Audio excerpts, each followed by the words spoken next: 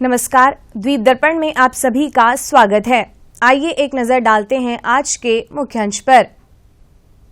वीर सावरकर की जयंती पर कल पोर्ट ब्लेयर में श्रद्धांजलि कार्यक्रम के हुए आयोजन। वरिष्ठ पशु चिकित्सा अधिकारी ने कहा, पालतू जानवरों को संक्रमण से बचाने के लिए टीकाकरण जरूरी। और चीफ ऑफ स्टाफ ने समुद्र में मछुआरों की सुरक्षा पर की चर्चा। अब द्वीप दर्पण विस्तार से। पूरे देश के साथ हमारे इन द्वीपों में भी कल स्वतंत्रता सेनानी वीर सावरकर की जयंती मनाई गई। देश भर में उन्हें श्रद्धांजलि अर्पित की गई। वीर सावरकर की जयंती के उपलक्ष्य में कल राष्ट्रीय स्मारक सेल्युलर जेल में सावरकर की कोठरी में श्रद्धांजलि कार्यक्रम रखा गया। वीर सावरकर की अनुयायियों ने सावरकर की कोठरी में अपनी श्रद्धांजलि अर्पित की। कल शाम महाराष्ट्र मंडल पोर्ट ब्लेयर की ओर से कार्यक्रम रखा गया। महाराष्ट्र मंडल सभागार में हुए इस कार्यक्रम में प्रशासन के पूर्व विकास आयुक्त सोम नायडू मुख्य अतिथि थे। इनके अलावा चिन्मय मिशन के स्वामी शुद्धानंद, महाराष्ट्र मंडल के अध्यक्ष पाटिल और अन्य सदस्य उपस्थित थे। शुरुआत में वीर सावरकर की अर्ध प्रतिमा पर पुष्प अर्पित कर गणमान्य व्यक्तियों ने उन्हें श्रद्धांजलि दी।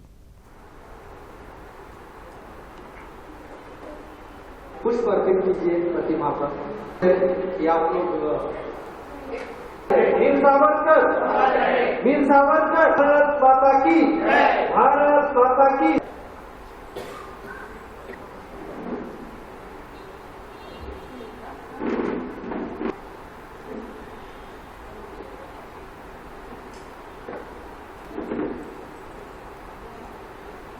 कार्यक्रम में गणमान्य व्यक्तियों ने वीर सावरकर के बारे में अपने अपने विचार प्रस्तुत किए। एक ऐसा व्यक्तित्व जो साहित्यकार भी थे, देशभक्त भी थे, पत्रकार भी थे, एक जागरूक नागरिक भी थे और अंडमान के साथ में उनका सीधा संबंध था। मैं 2001 में अंडमान में आया और लगभग 23 वर्ष का समय मुझे हुआ। जो एक बात जो मेरी समझ में आई या जो मैंने अनुभव की कि अंडमान एक ऐसा स्थान है जिसने देश की आज़ादी में सबसे ज़्यादा योगदान दिया है, क्योंकि ये वो स्थान है जहाँ जिसने अंग्रेजों के अत्याचारों को भी सहा और जापानीज के अत्याचारों को भी सहा। बाकी देश में केवल अंग्रेजों का ही शासन रहा। अंडमान एक ऐसी भूमि है जो जिसका मुझे लगता है कि देश की आज़ादी में बहुत बड़ा योगदान है। It is got the biggest contribution.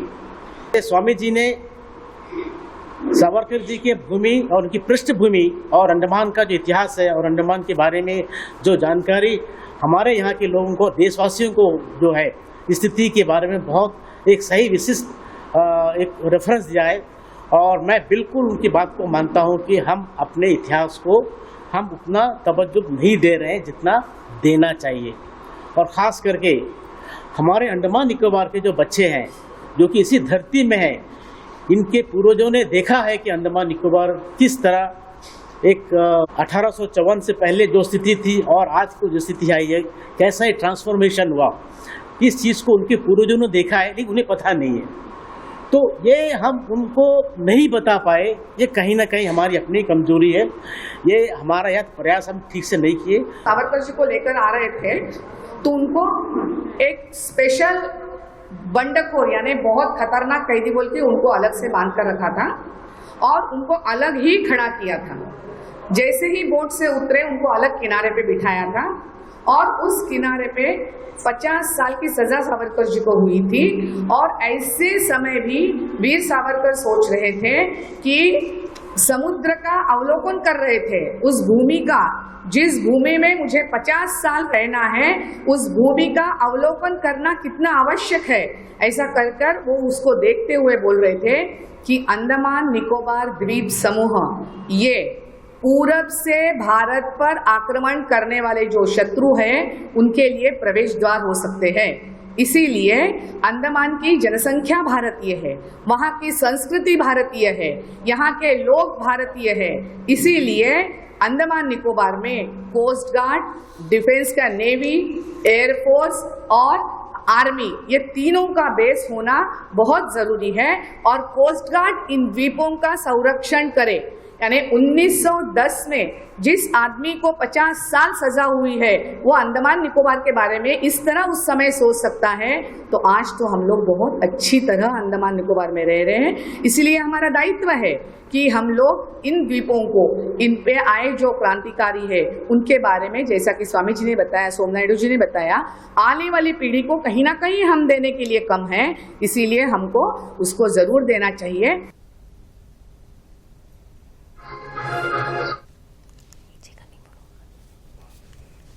इस मौके पर गीत भी प्रस्तुत किए गए।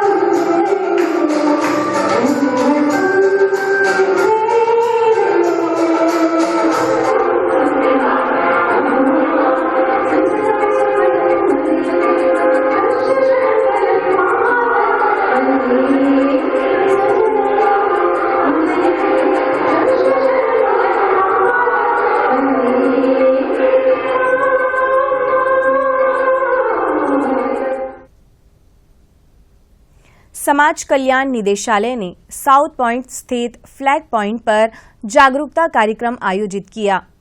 चाइल्ड हेल्पलाइन 1098 की हेल्पलाइन प्रशासक बीना दास द्वारा उद्घाटन किए गए कार्यक्रम में व्यापक सत्र आयोजित किया गया। इस कार्यक्रम में बच्चों के कल्याण की सुरक्षा में हेल्पलाइन का महत्व पर जोर दिया गया। समाज कल्याण निदेशक डॉक्टर नितिन शाक्य ने बच्चों में जागरूकता बढ़ाने और उन्हें समय पर और पर्याप्त सहायता सुनिश्चित करने में ऐसे कार्यक्रमों के महत्व को रेखांकित किया। उन्होंने अपने सबसे युवा सदस्यों की जरूरतों के प्रति सतर्क और उत्तरदायी रहने की समाज की सामूहिक जिम्मेदारी पर जोर दिया। चाइल्ड हेल्पलाइन 1098 सभी बच्चों के लिए सुरक्षित वातावरण को बढ़ावा देने की दिशा में एक महत्वपूर्ण कदम है। चाइल्ड हेल्पलाइन 1098 ने अपनी 24 घंटे फोन सेवा का प्रदर्शन किया, जिससे सहायता और समर्थन की आवश्यकता वाले बच्चों तक इसकी पहुंच और प्रतिक्रिया प्रदर्शित हुई। यह प्रदर्शन विभिन्न चुनौतियों और संकटों का सामना कर रहे बच्चों के लिए जीवन रेखा के रूप में चाइल्ड हेल्पलाइन 1098 के महत्व पर प्रकाश डालता है। अंडमान निकोबार द्वीप समूह में पालतू जानवरों में विभिन्न प्रकार के संक्रमण पाए जाते हैं। जंगली घाट स्थित पशु चिकित्सा अस्पताल में लोग मवेशियों को इलाज के लिए ला रहे हैं। मुख्य भूमि की तरह द्वीप समूह में भी पालतू जानवरों को टीकाकरण कराकर पालना अनिवार्य होता जा रहा है। पालतू जानवरों में पाए जाने वाले संक्रमण और उनके लिए टीकाकरण के बारे में पशु चिकित्सा अस्पताल जंगली घाट के प्रभारी और वरिष्ठ पशु चिकित्सा अधिकारी डॉक्टर के मोहम्मद ने दूरदर्शन के माध्यम से द्वीपवासियों को महत्वपूर्ण जानकारियां दी।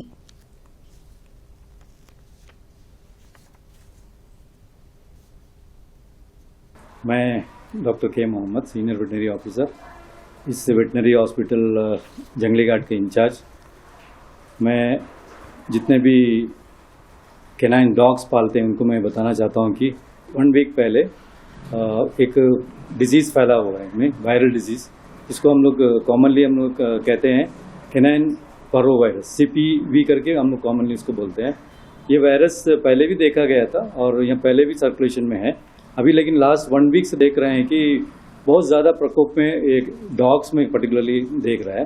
ये एक्चुअली बिल्ली में एक वायरस आया हुआ था जैसा फेलाइन पैनल्यूकोपेनिया बोल के, उसमें से भी ट्रांसमिट होने का चांस है इसमें। वही सिमिलर वैरायटी का जो वायरस है। इसमें जो खास तौर से ध्यान देने वाली बात है कि इसमें शुरुआती दौर पे जो सिम्टम रहता है डॉग में, और कोई भी एज का जो डॉग है, छोटा से लेके बड़ा तक एडल्ट में भी ये डिजीज़ आ सकता है। ये बहुत ही डेडली है। इसमें डेथ होता है, डेथ कम से कम एक 70 to 80% डेथ होता है। 100% नहीं होता कि कुछ बच जाते हैं, बचा सकते हैं हम लोग, ट्रीटमेंट पॉसिबल है, इतना घबराने का भी नहीं है। अगर ये डिजीज़ अगर आता है तो लोग अगर हमसे मिलते हैं, तुरंत अगर लेके आते हैं तो हम इसका ट्रीटमेंट इलाज भी संभव है। लेकिन विशेषता इसमें ध्यान देने की है कि इसके जो सिम्टम्स है वो बहुत आपको देखना पड़ेगा कि कैसा शुरुआत होता है। शुरुआती तौर पे हम देखते हैं कि और ये ज़्यादातर 3 से 4 महीने का बच्चा में ज़्यादा ये प्रकोप देखा जाता है, लेकिन अडल्ट में भी होता है। शुरुआती दौर पे लिथर्जिक रहेगा और उल्टी बहुत ज़्यादा होगा, खांसेगा, उसके बाद टेम्परेचर आपको दिखता है। फिर सब्सिक्वेंटली इसमें देखा गया कि दस्त, जिसको हम लोग बोलते हैं डायरिया, बहुत ज़्यादा डायरिया होता है और धीरे धीरे वो डायरिया पहले पानी से शुरू होकर पानी जाने लगेगा। उसके बाद हम देखते हैं कि इसमें ब्लड जाने लगेगा, ब्लड दोनों तरफ से जाने लगेगा, जैसा कि डायरिया में भी ब्लड जाएगा, जिसको हमने डिसेंट्री बोलते हैं, बहुत ही शूटिंग टाइप ऑफ डायरिया जाएगा और बहुत स्मेली रहेगा। इसका जो मेन देखने का जो लक्षण है वो ये कि स्मेली डायरिया रहेगा। और उसी प्रकार से जब आप उल्टी करता है, उल्टी में भी देखते हैं कि ब्लड बहुत ज़्यादा मात्रा में जाता है, तो इसलिए इसका लॉस बहुत ज़्यादा इसलिए होता है कि ब्लड लॉस हो जाता है। इसका इलाज संभव है, इलाज अगर तुरंत अगर हम लोग करते हैं तो इलाज संभव है। जैसे कि इसमें हम लोग इलाज में करते हैं कि हाई डोज ऑफ एंटीबायोटिक हम लोग देते हैं, और साथ में जैसा दस्त होता है या उल्टी होता है उसको हम लोग चेक करने के लिए रिहाइड्रेशन करते हैं, जैसे भी ग्लूकोज दे दिया, या ये रिंगल डाइक्टेल बोल के जो इलेक्ट्रोलाइट्स इंट्रावेनस तौर पे पैरेंटल इंजेक्शन हम लोग करते हैं, उससे हमें इसका जो प्रकोप को कंट्रोल किया जा सकता है। जैसे हम लोग ट्रीटमेंट शुरू करते हैं, कम से कम 1 वीक से लेके 15 डेज के अंदर में ये वायरस जो धीरे धीरे एक्सिट मतलब जाने लग जाता है। इसलिए इतना डरने का भी नहीं है, लेकिन डरना भी है। अगर अनट्रीटेड अगर रह गया तो डेथ संभव है, वो डेथ होना निश्चित है। और इसमें और एक चीज़ है कि देखने का आप लोगों को घर पे ध्यान देना है, जैसे ये सिम्टम देख लिया, आप ज़बरदस्ती इनको कुछ खिलाना नहीं। बाकी जितने भी डिजीज़ में हम लोग कहते हैं लोगों को कि आप उसको कुछ ना कुछ फीड कराते रहिए ताकि डिहाइड्रेशन ना हो या इमासिएटेड ना हो, कंडीशन ना हो। लेकिन इस केस में क्या है, क्योंकि आप देखते हैं कि ऊपर जो ओरली भी लेने को मुश्किल हो जाता है, खाना नहीं खाता है, और उल्टी बहुत ज़्यादा जोर को होता है, और साथ ही साथ डायरिया बहुत ज़्यादा होता है, तो ब्लड लॉस भी होता है, फ्लूइड लॉस भी होता है, दोनों होता है। इस वास्ते क्या होता है, अगर आप उसको खिलाएंगे तो उसका जो इंटेस्टाइन को काफ़ी मात्रा में डैमेज, चोट पहुंचती है। ये डिजीज़ है, वायरस क्या करता है, इंटेस्टाइन में जाके इसका सीट ऑफ प्रोडक्शन है, वहाँ जाके बहुत ज़्यादा डैमेज करता है। तो इस केस में अगर आप ओरली इसको अगर कुछ इंटेक देते हैं तो फर्दर डैमेज होने का चांस है। जैसे अभी इंटेस्टाइन में विलाई बोल के एक चीज़ है जो पेरिस्टाल्टिक मूवमेंट में सब करते हैं, जो बबल मूवमेंट कराता है, वो उसको मारता है, उसको नष्ट करता है, उसको फिर से दोबारा बनने के लिए उसको हम लोग टाइम देना पड़ता है। इसलिए हम लोग इसको सिर्फ फ्लूइड थेरापी में ही रखते हैं, इंट्रावेनस थेरापी में रखते हैं, ना कि आप उसको बिल्कुल कोई ओरल कुछ भी नहीं देना है। इस तरह अगर हम लोग मेंटेन करेंगे तो क्या है कि आप उसको बचाने में आप मदद कर सकते हैं। तो रोज़ाना यहाँ पे केस मॉर्निंग से ही शुरू हो जाता है, लोग लेके आते हैं, ब्रीड वाला भी और जो लोकल कुत्ता है, दोनों में, जात वाला और दोनों में देखा गया है। इसीलिए सुबह से बहुत सारा केस आता है। इसमें यही देखना है कि जब आप लोग हॉस्पिटल्स में आते हैं, डॉग लेके आते हैं, तो दूसरा जो डॉग्स रहेगा उनका जो एक्सक्रीटा है या वोमिटस है उसको आप स्मेल करने नहीं देना, क्योंकि वहाँ से उसको फैलता है। अभी आप ये पूछेंगे कि ये कैसा फैलता है, फैलने का कारण ये कि डायरेक्ट कांटेक्ट भी होता है, डॉग टू डॉग कांटेक्ट भी होता है, घर में उसका जो लैशर है, जो बांधने वाला चेन है, या फिर आपका जो फीडिंग ट्रप्स है, दूसरा का डॉग को जाके वो टच किया, उससे भी फैलता है। मतलब उसका एक्सक्रीटा जो सीक्रेशन निकलता है वोमिटस में भी और जो डायरिया में भी, वो दोनों से इसको अगर कोई डॉग, हेल्दी डॉग जाके सूंघ लेता है, अनवैक्सीनेटेड कंडीशन में सूंघ लेता है, तो क्या उसको वो फैलता है। इस तरह डॉग टू डॉग फैलते जा रहा है। इसलिए हम लोग कहते हैं कि जब डॉग आप हॉस्पिटल्स में लेके आते हैं, जब पता चल गया कि यहाँ पे वायरस अटैक है या चल रहा है, तो आप अपना जो भी डॉग को लेके आएंगे मजल करके लेके आइए, मुंह को बांध के लेके आना है ताकि वो स्मेल ना करे। और उसको फिर क्या जो भी अपना ट्रीटमेंट है वो सेफ जगह में रख के ट्रीटमेंट करके जाना है, क्योंकि एक डॉग ट्रीटमेंट करने के बाद फिर हम उनको वॉश करना पड़ता है, क्लीन करना पड़ता है, उसका एक्सक्रीटा जो भी निकला है उसके बाद ही हम लोग दूसरा डॉग को ट्रीटमेंट में लेते हैं। तो इसलिए इतना घबराने की भी ज़रूरत नहीं, क्योंकि ये डिजीज़ नया नहीं है, ये पुराना ही है, ये सर्कुलेशन में हमेशा रहा है इसका, लेकिन रोकथाम पॉसिबल है। ट्रीटमेंट अगर बहुत ज़्यादा पॉसिबल नहीं भी है तो, क्योंकि वायरस है, वायरस को मानिए ट्रीटमेंट तो नहीं है, सिर्फ हम लोग सेकेंडरी इन्फेक्शन को रोकने के लिए हम लोग जो एंटीबायोटिक और उसके जो सपोर्ट थेरापी, फ्लूइड थेरापी चलाते हैं, तो उससे क्या है, उसका बचाव संभव है। बहुत ज़्यादा जो अटैक हो गया, जिसको छोटा बच्चा है 3 से 4 महीने का एज है, उसको बहुत ज़्यादा डिहाइड्रेटेड हो गया, उसको बचा पाना कभी कभी असंभव हो जाता है, लेकिन एडल्ट डॉग को हम लोग बचा सकते हैं, और जो अच्छा थोड़ा हेल्दी रहता है उसको बचाने को संभव है। Prevention is better than cure बोलते हैं हम लोग। तो रोकथाम में टीकाकरण, इसको टीकाकरण डॉग में या फेलाइन में या कैट में टीकाकरण बहुत ज़रूरी है। आपको पता है कि पहले मेलैंड में बहुत सारा बीमारी था जो यहाँ पे ट्रांसमिट होकर आया था। अब ऐसा कोई भी बीमारी बचा नहीं जो कैनाइन्स और फेलाइन्स में नहीं आया, खाली एक रैबिस को छोड़ के बाकी सारा डिजीज़, ऑलमोस्ट डिजीज़ यहाँ पे आ चुका है। तो इसलिए हम लोग क्या करना है, वैक्सीन को हम लोग अवॉइड नहीं करना है। वैक्सीनेशन शेड्यूल दर्शाया गया है हमारे हॉस्पिटल्स में, सारे हॉस्पिटल में डिस्प्ले किया गया है, उसको शेड्यूल को हम लोग फॉलो करना है। जैसे कि इसका जो फर्स्ट डोज है, छोटा बच्चा जब 2 महीना का होता है, डॉग बच्चा पपीज 2 महीने का जब हो जाता है तो उनको पहला डोज हम लोग देते हैं। उसके बाद एवरी 21 डेज में 2 डोज और दे सकते हैं, तीसरा डोज जो है ऑप्शनल है। और इसके बाद आप देखते हैं कि आपका यहाँ पे आ गया वायरस है, एंडेमिक एरिया है, ईयरली इसको आप वैक्सीन करते रहना। बिना वैक्सीन का पेट्स को पालना अभी मुश्किल ही है। पहले तो हम लोग पल जाता था, अभी मुर्गी से लेके जितना भी छोटा पेट्स है या जो भी हो गया, वो अभी बिना वैक्सीन का अभी हम लोग पालना हम लोग समझदारी नहीं है। तो समझदारी उसी में कि हम लोग उसको वैक्सीनेशन करें ताकि ये डिजीज से हम लोग बचा जा सके। बचाना बहुत ही मतलब पॉसिबल है थ्रू वैक्सीनेशन। पहला डोज फिर से मैं दोहराता हूँ, 2 महीने का एज में, देन 21 डेज में उसको सेकेंड डोज, थर्ड डोज भी 21 डेज में दे सकते हैं, लेकिन वो ऑप्शनल है। अगर नहीं देते हैं तब भी चलेगा, लेकिन 1 साल के बाद जब उसका हो जाता है तो फिर से उसको ईयरली उसको मेंटेन करना पड़ता है। ये जो वैक्सीन है ना, वो कॉम्बाइन वाला वैक्सीन है, कैनाइन डिस्टेंबर को भी और कवर करता है, और पार्वो वायरस अभी जो चल रहा है पार्वो वायरस को भी कवर करता है, साथ ही साथ दूसरा 4-5 डिजीज को भी कवर करता है। इसलिए इसका नाम मेगावैक्स 6, मेगावैक्स 7 करके दिया हुआ है। इसमें कम से कम 7 डिजीज को, जिसमें जैसे हम लोग अंडमान फीवर बोलते हैं, इसमें लेप्टोस्पायरोसिस उसको भी लेते हैं, हेपेटाइटिस को भी वो कवर करता है। तो बहुत सारा वायरस को कवर करता वाला वैक्सीन है। मेरा एडवाइस है कि जो भी पेट्स पालते हैं को वैक्सीन करके ही पालिए, तब क्या होगा, ये डिजीज से हम लोग बचा जा सकता है। द्वीप दर्पण की अगली कड़ी इस ब्रेक के बाद।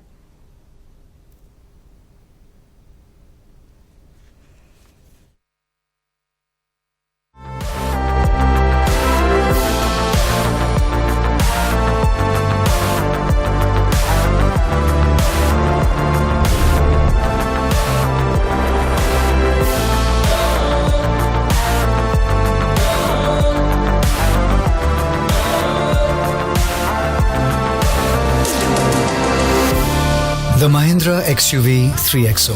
Everything you want and more. Bookings open 15th May. द्वीप दर्पण में आप सभी का पुनः स्वागत है। पशुपालन एवं पशु चिकित्सा सेवा विभाग द्वारा 24 और 25 मई को स्वराज द्वीप में मवेशियों का नसबंदी शिविर आयोजित किया गया। इसका मकसद क्षेत्र में भटके हुए जानवरों की जनसंख्या को नियंत्रित करना और जिम्मेवार पालतू पशुओं के मालिकों को प्रमोट करना था।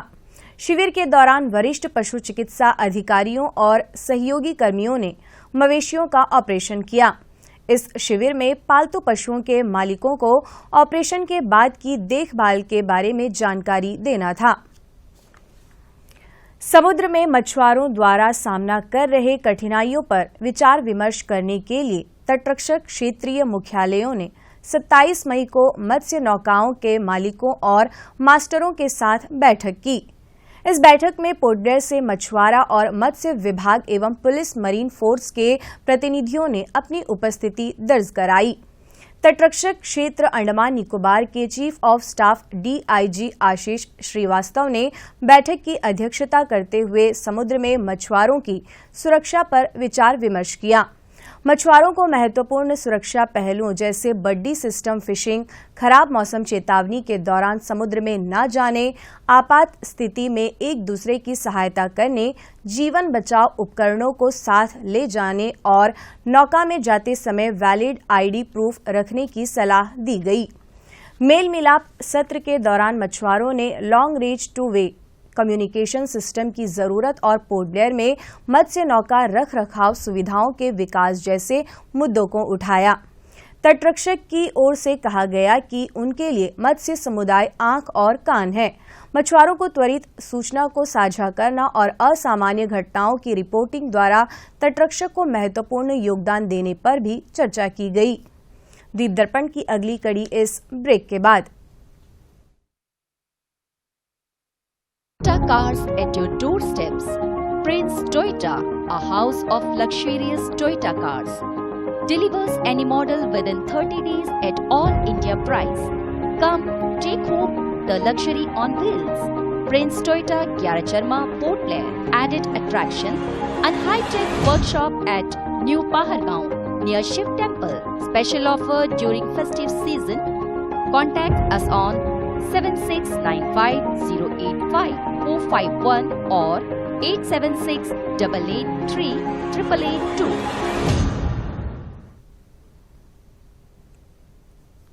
दीप दर्पण में आप सभी का पुनः स्वागत है। और अब मौसम। अंडमान निकोबार द्वीप समूह के एकाध स्थानों पर कल तक 30 से 40 किलोमीटर प्रति घंटे की रफ्तार से सतही हवा चलने की संभावना है, जो बढ़कर 50 किलोमीटर प्रति घंटा तक पहुंच सकती है। 1 जून और 2 जून को द्वीप समूह के एकाध स्थानों पर 7 से 11 सेंटीमीटर तक भारी वर्षा होने की आशंका जताई गई है। तेज हवा चलने के कारण समुद्र अशांत रहेगा। मछुआरों को 31 मई की सुबह तक अथवा अगले आदेश तक समुद्र में न जाने की सलाह दी गई है। किसी भी आपात स्थिति में राज्य और जिला नियंत्रण कक्षों से संपर्क करने को कहा गया है। इस बारे में अधिक जानकारी और सूचना के लिए राज्य आपात संचालन केंद्र से हेल्पलाइन नंबर 1070 तथा जिला आपात संचालन केंद्र से हेल्पलाइन नंबर 1077 पर संपर्क किया जा सकता है। समुद्र में आपदा स्थिति और सहायता के लिए तटरक्षक के खोज एवं बचाव एजेंसी से टोल फ्री नंबर 1554 पर संपर्क किया जा सकता है। अंतर्द्वीपीय जलयान यात्रा संबंधी सूचना। MV जॉली बॉय स्वराज द्वीप और लॉन्ग आइलैंड होते हुए रंगत की यात्रा पर कल सवेरे 5:30 बजे पोर्ट ब्लेयर से प्रस्थान करेगा और इसकी वापसी कल ही दोपहर 12 बजे उन्हीं रास्तों से होते हुए रंगत से पोर्ट ब्लेयर के लिए होगी। MV लॉन्ग आइलैंड स्वराज द्वीप की यात्रा पर कल सवेरे 6:30 बजे पोर्ट ब्लेयर से प्रस्थान करेगा और इसकी वापसी कल ही सवेरे 9 बजे स्वराज द्वीप से पोर्ट ब्लेयर के लिए होगी। MV स्ट्रेट आइलैंड शहीद द्वीप की यात्रा पर कल सवेरे 6:30 बजे पोर्ट ब्लेयर से प्रस्थान करेगा और इसकी वापसी कल ही सवेरे 8:45 पर शहीद द्वीप से पोर्ट ब्लेयर के लिए होगी। MV स्ट्रेट आइलैंड शहीद द्वीप की यात्रा पर कल दिन में 11 बजे पोर्ट ब्लेयर से प्रस्थान करेगा। यह जलयान कल दोपहर 1 बजे शहीद द्वीप से स्वराज द्वीप जाएगा और पोर्ट ब्लेयर के लिए इसकी वापसी कल दोपहर बाद 2:30 बजे होगी। MV बाराटांग स्वराज द्वीप की यात्रा पर कल दिन में 11:30 बजे पोर्ट ब्लेयर से प्रस्थान करेगा और यह जलयान कल दोपहर बाद 2 बजे स्वराज द्वीप से शहीद द्वीप जाएगा और वहां से इसकी वापसी कल शाम 3:30 बजे पोर्ट ब्लेयर के लिए होगी। MV लॉन्ग आइलैंड शहीद द्वीप होते हुए स्वराज द्वीप की यात्रा पर कल शाम 3 बजे पोर्ट ब्लेयर से प्रस्थान करेगा और इसकी वापसी अगले दिन सवेरे 5:30 बजे स्वराज द्वीप से शहीद द्वीप होते हुए पोर्ट ब्लेयर के लिए होगी। सभी जलयानों के यात्रा कार्यक्रम मौसम की स्थिति पर निर्भर होंगे। अंत में मुख्य अंश एक बार फिर। वीर सावरकर की जयंती पर कल पोर्ट ब्लेयर में श्रद्धांजलि कार्यक्रम के हुए आयोजन। वरिष्ठ पशु चिकित्सा अधिकारी ने कहा, पालतू जानवरों को संक्रमण से बचाने के लिए टीकाकरण की जरूरी। और चीफ ऑफ स्टाफ ने समुद्र में मछुआरों की सुरक्षा पर की चर्चा। इसी के साथ ही आज का यह द्वीप दर्पण कार्यक्रम यहीं पर समाप्त होता है। नमस्कार।